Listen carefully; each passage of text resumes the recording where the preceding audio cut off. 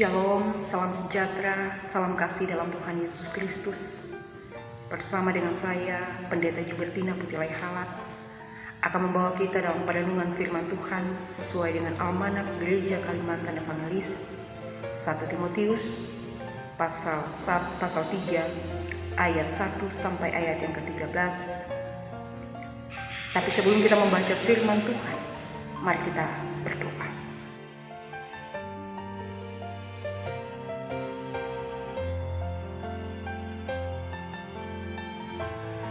Bersabdalah bagi kami ya Tuhan, karena kami telah siap untuk mendengar firman.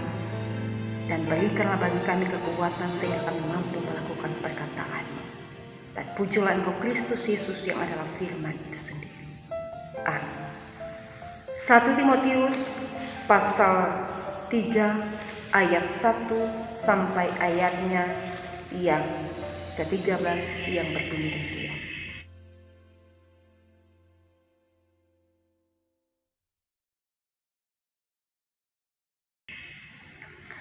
Benarlah perkataan ini.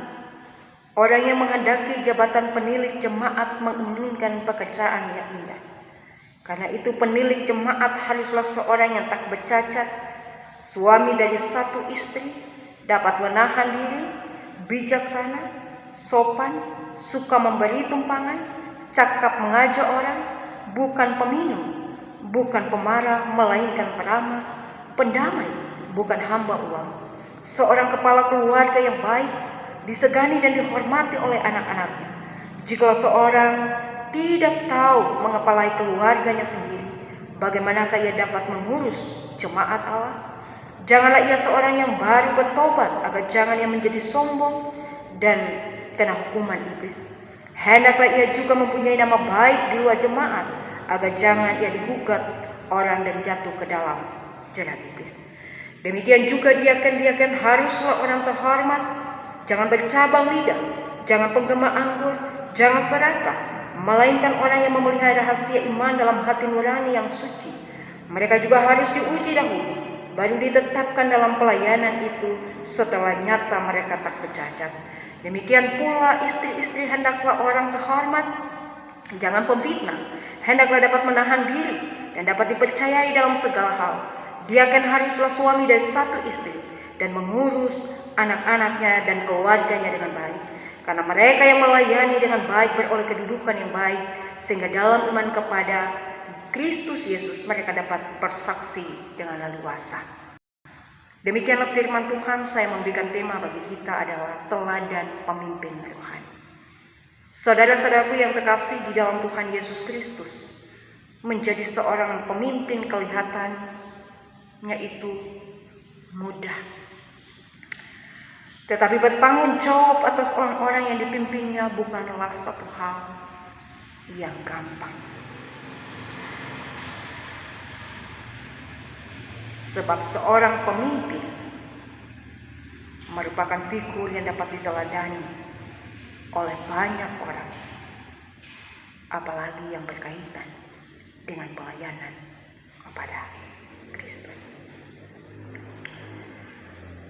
Rasul Paulus dia menuliskan di dalam 1 Timotius pasal 3 ayat 1 bahwa orang yang menginginkan jabatan penilik jemaat berarti menginginkan pekerjaan yang indah.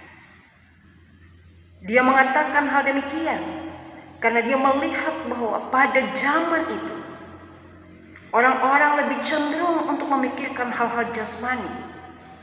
Orang-orang lebih cenderung untuk memikirkan hal-hal yang bersifat materi.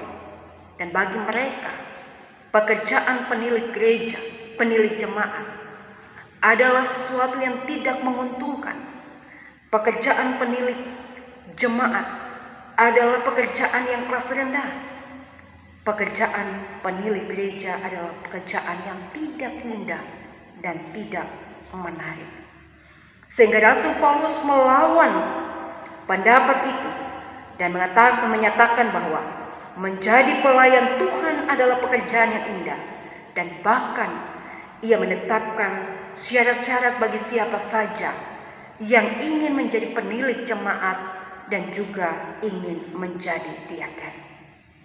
Bapak Ibu, saudara-saudaraku yang terkasih, di dalam ayat yang kedua sampai ayat yang ketujuh, kita melihat syarat-syarat bagi seorang penilik jemaat atau episkopos.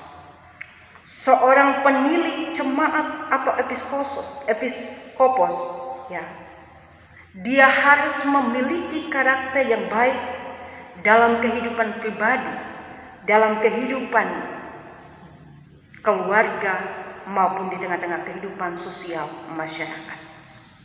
Dikatakan bahwa dia adalah orang yang tidak bercacat, suami yang memiliki satu istri. Dia adalah orang yang dapat menahan diri, orang yang sopan, orang yang bijaksana.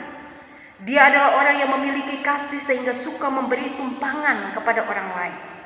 Dia adalah orang yang cakap mengajar, bukan seorang peminum, karena seorang peminum dan seorang pemabuk tidak dihargai di tengah-tengah jemaat dan di tengah-tengah masyarakat. Dia adalah seorang peramah, bukan pemarah. Dia adalah seorang pendamai. Dia adalah seorang bukan hamba uang, karena ketika dia adalah orang yang suka dengan uang atau adalah hamba uang, maka yang dia pikirkan adalah keuntungan. Dan dikatakan bahwa janganlah seorang yang baru bertobat mengingat akan bahaya kesombongan, karena kalau menjadi sombong maka memberi kesempatan kepada iblis untuk mempermalukannya sehingga jemaat Tuhan mendapat fitnah. Yang kedua, ketika kita melihat di dalam ayatnya yang ke-8 sampai ayatnya yang ke-13, di situ firman Tuhan berbicara tentang syarat-syarat untuk menjadi seorang diaken atau diakonus. Para diaken haruslah orang yang terhormat. Kelakuannya harus baik sehingga dia dihormati di tengah-tengah jemaat. Dia adalah orang yang tidak bercabang lidah atau tidak dapat atau orang yang dapat dipercayai kata-katanya. Ya. Dia adalah seorang yang tidak penggema anggur atau pemabuk atau tidak serakah, dan harus hidup dengan hati yang bersih dan menjaga rahasia iman. Iman dijaga dan dipelihara dengan sehat, yaitu dengan ketaatan yang aktif dan teliti. Ya. Bahkan ketika kita melihat firman Tuhan di saat ini, di situ mengatakan bahwa sebelum mereka dipilih dan sebelum mereka ditetapkan, jemaat harus mengenal jati diri mereka terlebih dahulu, secara pribadi, keluarga. Ya. Kalau mereka laki-laki, istri-istri mereka harus memiliki kelakuan yang sesuai dengan kehendak Allah. Kalau mereka itu adalah perempuan, suami-suami mereka harus hidup sesuai dengan kehendak Allah. Mereka harus menjadi pribadi yang mampu untuk menahan diri dan menjadi pribadi yang tidak merusak nama baik orang, agar mereka dipercaya di dalam segala. Seorang diaken harus memiliki seorang istri. Dia harus mengurus anak-anak dan keluarganya dengan baik. Dengan demikian, para diaken pasti melayani jemaat dengan baik. Pasti mereka dihormati di tengah-tengah jemaat. Dan lebih daripada itu, mereka memiliki keberanian untuk menyaksikan kepada banyak orang iman di dalam Yesus Kristus. Saudara-saudaraku yang terkasih di dalam Tuhan Yesus Kristus, menjadi seorang pemimpin rohani harus memiliki standar hidup yang berpusat pada firman Allah. Karena pemimpin rohani bagaikan magnet yang menarik hati orang banyak karena memiliki moralitas yang terbaik.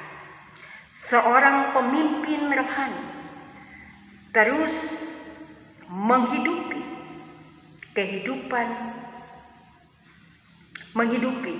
kebenaran Injil yang ia disampaikan, kebenaran Injil yang diajarkan, yakni kelakuan yang benar, kelakuan yang baik, memiliki kasih di dalam diri, dan hidup di dalam kesetiaan.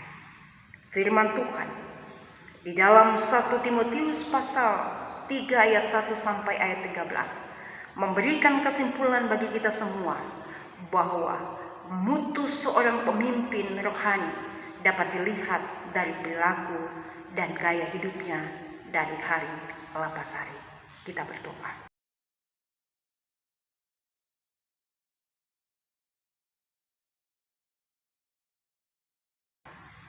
Segala puji dan syukur hanya bagi-Mu ya Tuhan Allah Bapa kami di sorga, yang telah memberikan firman ini bagi kami. Berkatilah kami Tuhan sebagai pelaku-pelaku firman, dan berkatilah kami dalam setiap tugas dan tanggung jawab pelayanan yang telah Bapa percayakan bagi kami. Berkatilah semua orang yang menyaksikan digital preaching ini Tuhan, dan biarlah mereka diberkati lewat firman Tuhan yang telah disampaikan. Terpujilah Engkau Tuhan Yesus Kristus, berkati jemaat-jemaat yang kami layani, berkati lembaga gereja Kalimantan Evangelis kami yang kami cintai ini Tuhan, sehingga lembaga yang kami cintai ini menjadi berkat bagi semua orang untuk kemuliaan nama Tuhan. Terima kasih Tuhan, haleluya.